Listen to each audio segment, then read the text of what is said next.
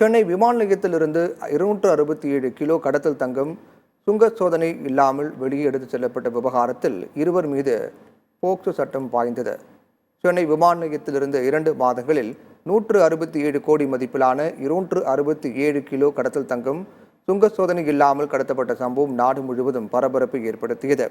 இந்த விவகாரத்தில் சென்னை விமான நிலையத்தில் பரிசு பொருட்கள் விற்கும் கடை நடத்தும் யூடியூபர் சபீர் அலி, அவரது கடையில் பணியாற்றிய 7 ஊழியர்கள், இலங்கை பயணி ஒருவர் என 9 பேர் கைது செய்து நீதிமன்றத்தில் ஆஜர்படுத்தி சுங்கத்துறை அதிகாரிகள் சிறையில் அடைத்தனர்.